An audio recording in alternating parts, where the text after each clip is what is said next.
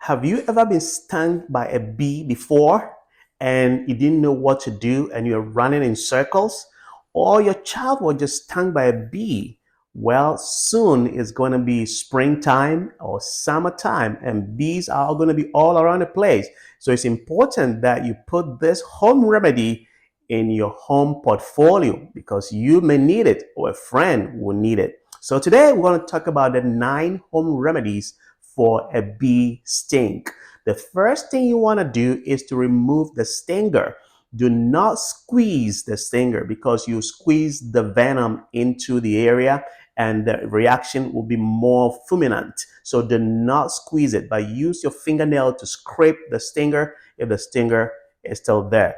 The second thing you want to do is to wash the area with a running water. Go to the tap, the tap, wash the area with a running water, and get some ice, wrap it in a cloth, and put in the area for about 3 to 5 minutes. If you have an ice pack, you can put it there.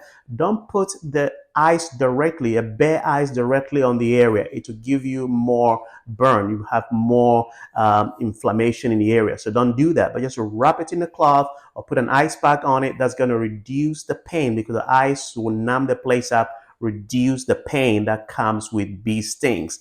The third thing you want to do is if you have an essential oil at home, use an essential oil because it has both antiseptic, antibacterial property that will help you reduce the pain and the swelling.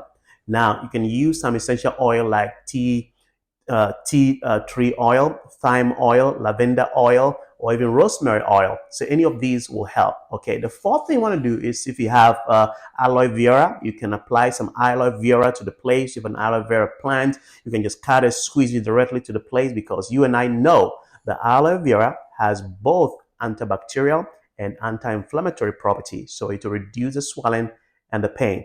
Now, the next thing you want to do is to get calamine lotion. If you have calamine lotion at home, you can apply calamine lotion to the place and it will just reduce the itching and the pain, which actually comes with bee sting. Now, do you have honey at home? That's the sixth thing you want to do. If you have honey at home, you can apply honey to the area. Honey has also anti-inflammatory property, reducing the pain and the swelling. The seventh thing is baking soda. If you have the baking soda that we use for cooking, yes, you can make a paste out of the baking soda and apply it to the area. What's the rationale behind that? Well, the venom is acidic mostly, right? It's a pH of around 4.5 to 5.5.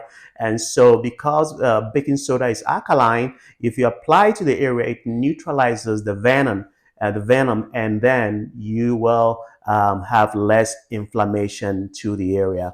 Another thing you can do is if you don't have a baking soda and you have a toothpaste that is alkaline, it has the same thing. It does the same thing as a baking soda will do. So you can apply it to the area, it will neutralize the venom, and guess what? Your inflammation will be less, the pain will be less, the swelling will be less. And the last but not the least is that if you have over-the-counter hydrocortisone cream, you can apply it to the area. Again, hydrocortisone is an anti-inflammatory.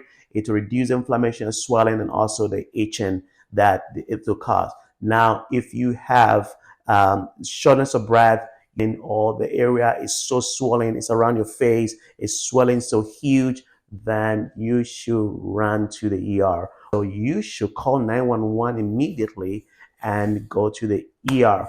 But until then, if you have just a minor swelling, then these 9 remedies, any of them, if you applied, will help reduce the pain and the swelling, and you'll be a happy camper. So until then, remember that in the 21st century, you are your own doctor. So having these things in your portfolio will save your life or the life of your kid, especially now that we are going into the spring and soon the summer. So until then, Dr. Moses, I say stay well.